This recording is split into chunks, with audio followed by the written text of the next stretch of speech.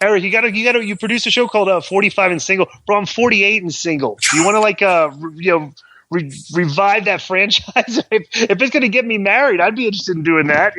Jesus. I can only do so much. Just go. You know that. That's tremendous. That is tremendous. Let me ask you a question, Eric. From our WCW days, do you remember that time? I know you do, but remember the time that you had challenged Vince McMahon? Sure. Okay. This is like a two-parter. So what happens if Vince McMahon actually would have walked into the building that day? What scenarios were going through your head? And I don't know if this is true or not, but the adage on this show is we never let the truth get in the way of a good story. But the story from their part is that Vince, got hot. He wanted to go over there, but it was like his daughter's graduation and he didn't go.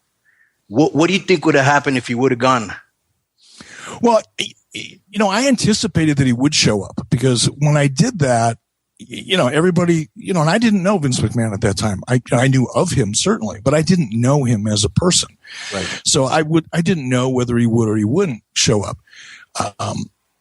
But I had a number of people, including, Hulk Hogan, who was really close to Vince and knew him very, very well. In addition to Hulk, other people that knew him well that had worked for him and gotten close to him said, man, you got to be careful what you do with this guy because he will show up. Right. And I thought, well, that'll be tremendous. It'll be the best pay-per-view in the history of pay-per-view. Right. So I had made arrangements, with security. We had a dressing room for him.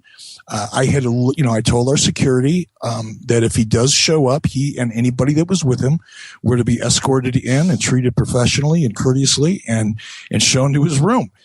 And I told the referee if this happens, and once I get to the ring, because I didn't know, I just didn't know if he would or he wouldn't, even at the last minute.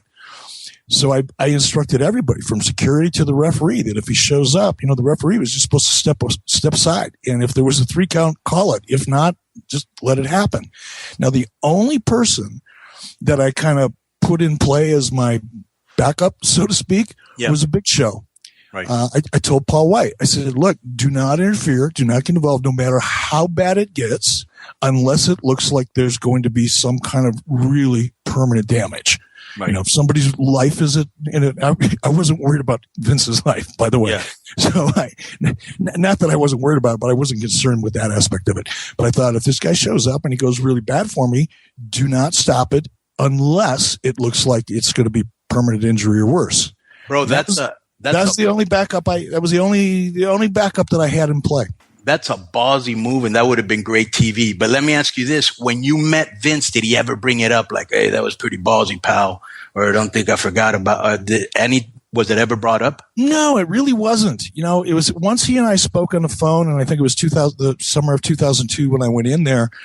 He just, I've said this before, it's nothing new, but he could have been more gracious. The word elegant is what comes to my mind just because he was so humble and kind about the way he reached out to me. He could have had a lot more fun with it than he did.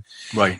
And after, he and I talked a couple times on the phone and I met him, it was like it never happened.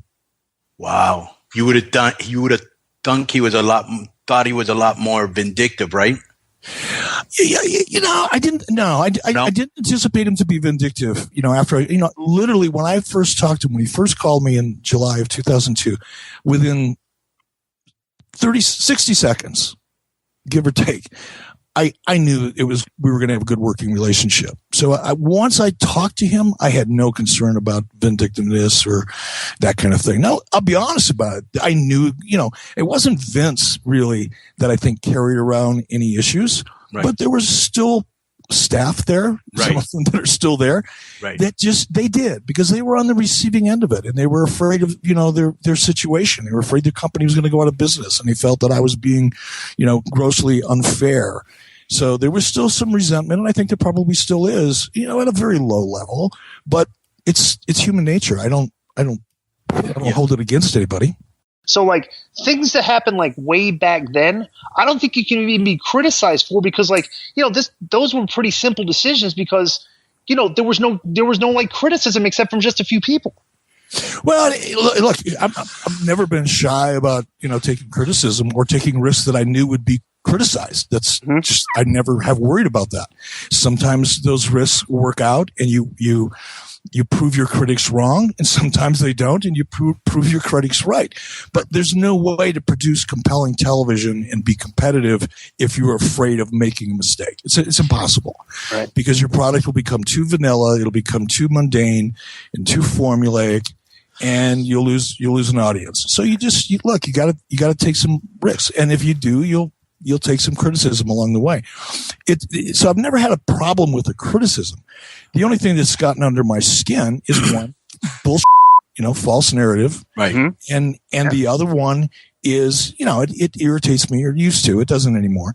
But when people say, oh man, he dropped the ball with Stone Cold Steve Austin. Well, if you don't know all the facts, the real facts, not the narrative, but the real facts, and if you weren't in that moment, there's no way you can make that judgment.